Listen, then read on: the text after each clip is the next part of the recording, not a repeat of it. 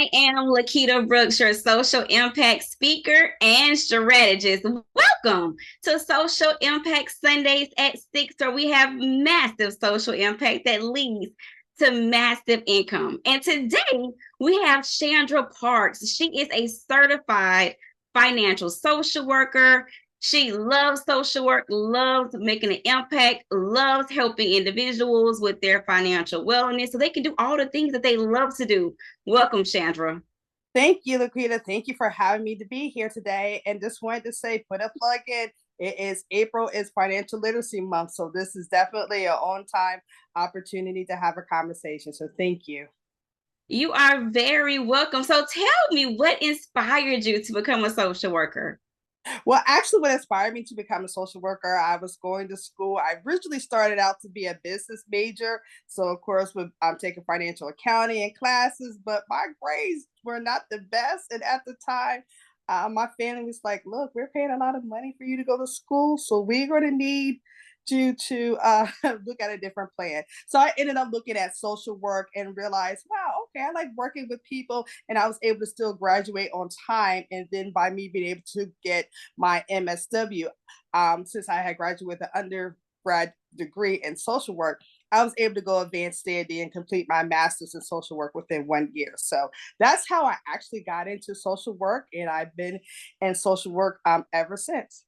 And it's funny you would say that because now it's like life is full circle. So you started out as a business major, and at that time and season in your life, it was just like, this is cute, but no, it's not for me.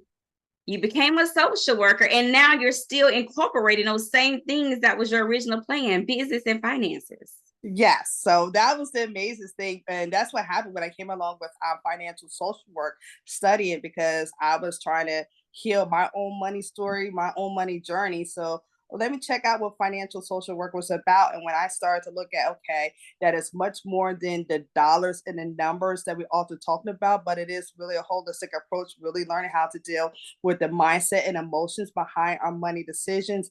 Then that became just kind of full circle. And then, of course, no one ever really talked about the finances behind, or the business behind being an entrepreneur as a social worker. When you start to go into business for yourself, and oftentimes we may hear some statements and say, hey, we're social workers, we're not in it for the income but for the outcome. And I oftentimes like to kind of challenge that particular mindset. Hold up, yes, we're here for the outcome, but there is a certain level of living that we aspire to have as social workers. So yes, you can have both the income and the outcome to make an impact.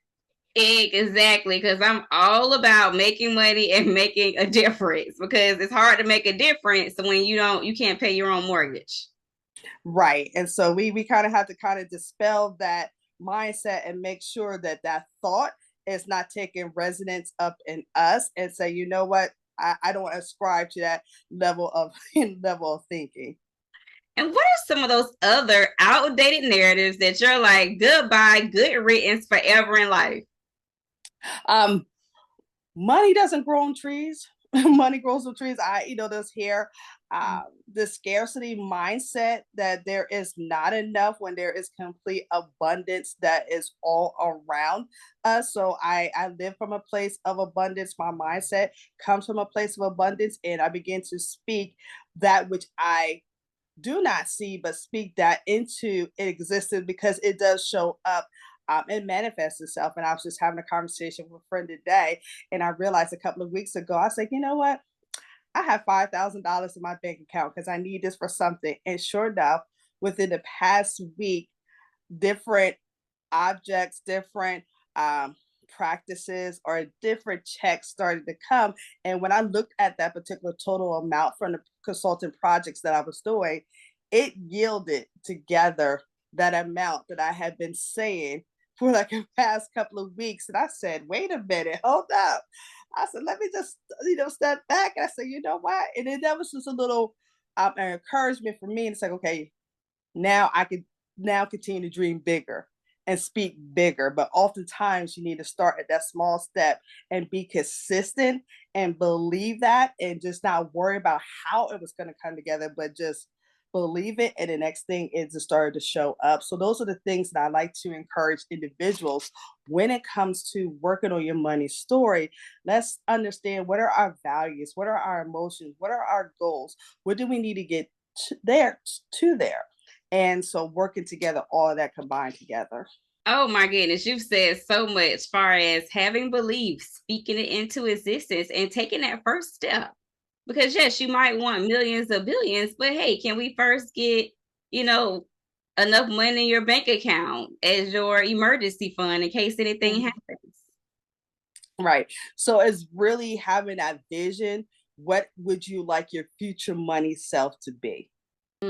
What would you Would like you your like your field? money Yeah. self to Yeah. be? What would you like? We use that all the time in a therapeutic perspective. If you were to tell your future self, what would your future money? So I kind of just added, well, what would you like your future money story to say on this particular date?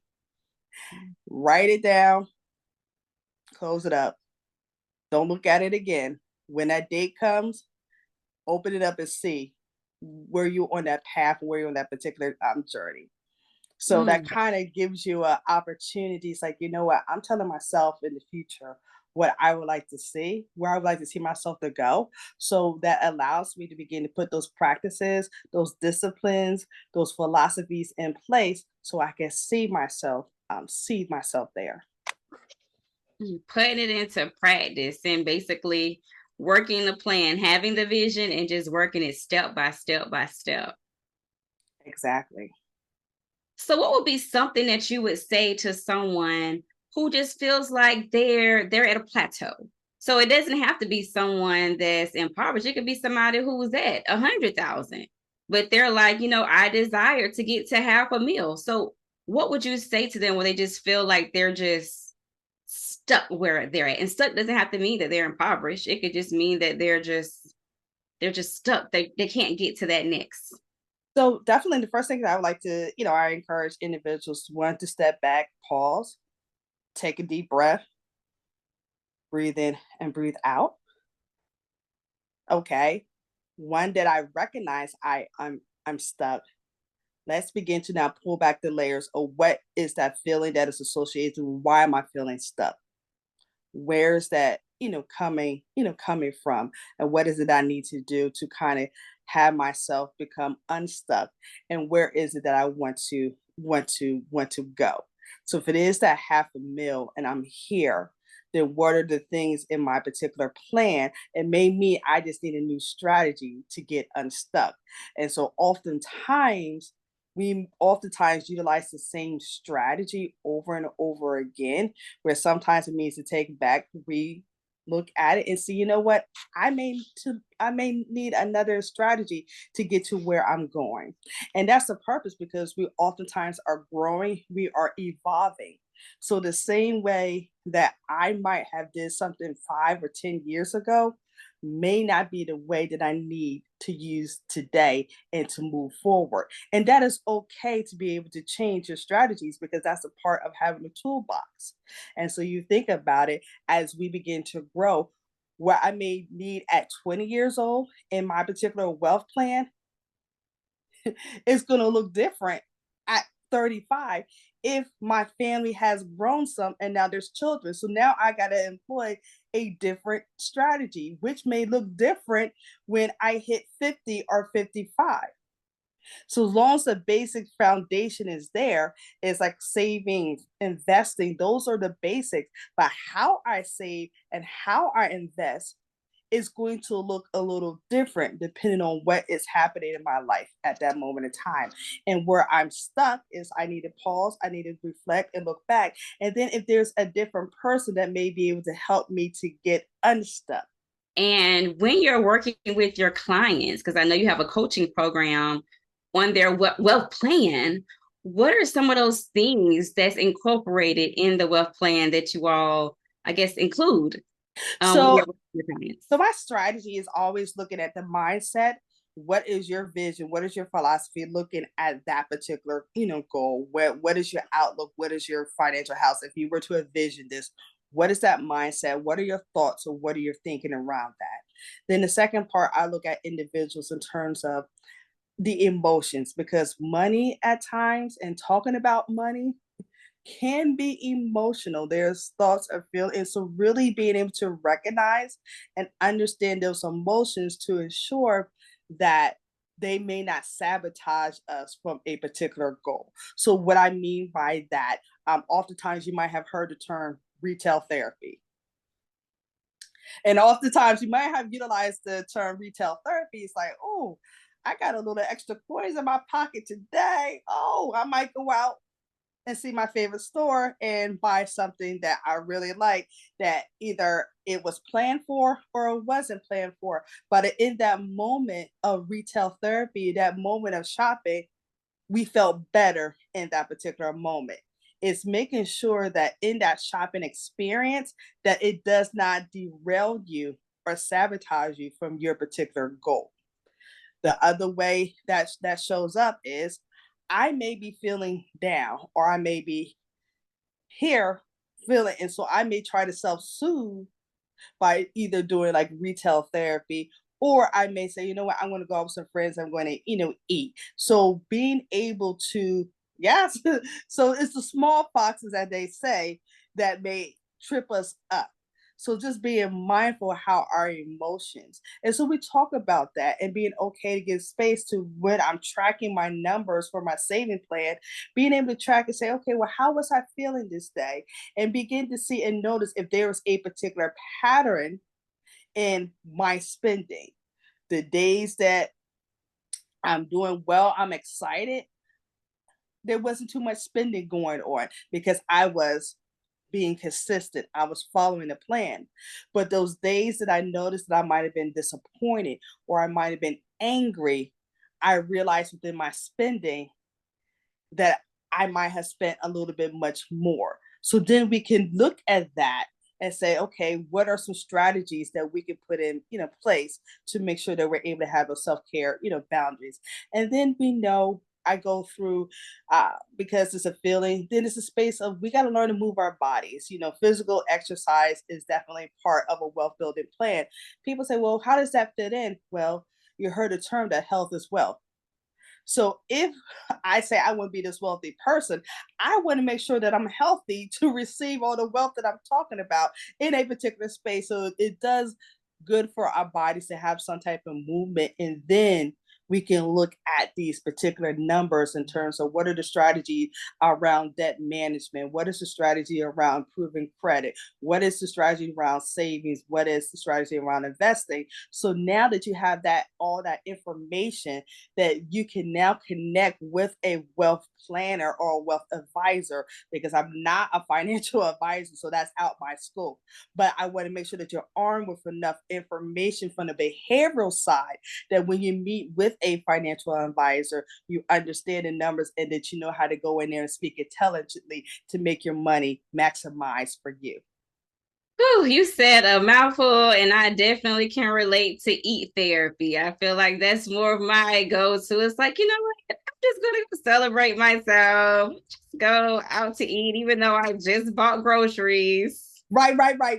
So I'm not stepping on no one's toes today because I always examine myself first. But it's those small little Yeah. things that we don't think about that begin to add up. And so it is okay to celebrate and reward ourselves, because who doesn't like a celebration? Who doesn't like to celebrate our accomplishments? But it's making sure that we have put that in together, and that there may be times that it wasn't in a plan, but don't beat yourself up if you did celebrate and it wasn't there. So it's being able to have that life in balance. The key is to make sure that we are not doing so many celebrations that it disrupts or distracts us from our particular plan that we have in place.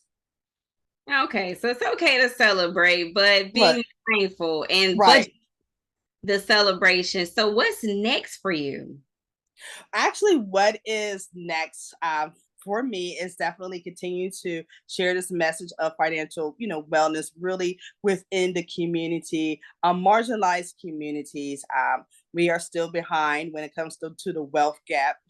We are, although we still, we have made some strides, there are still people who do not have access to the financial resources that are needed to have these ongoing, conversations. So my goal is to continue to have these conversations. My goal is to launch my coaching program, Mind Your Money, hopefully this year, with more individuals, and uh, continue to connect and share the resources, what I've learned, and share with others. Lovely. And how can people reach you? The best way to reach me is actually I am on LinkedIn. You can follow me LinkedIn, Shandra, Shandra, and Parks, Parks. That is the best way to find me.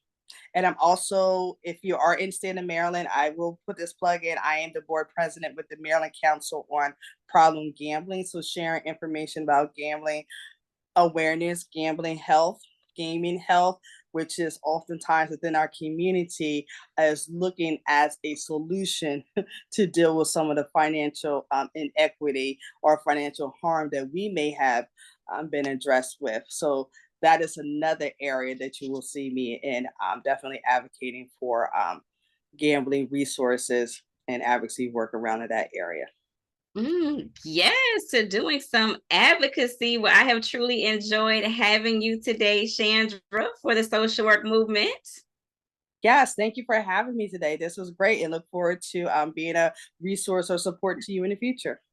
You are very welcome. And with that, I am Lequita Brooks, your social impact speaker and strategist. Make sure you go to the socialworkmovement.com to support or to get support. Once again, that is the socialworkmovement.com. Until next time, have an amazing day.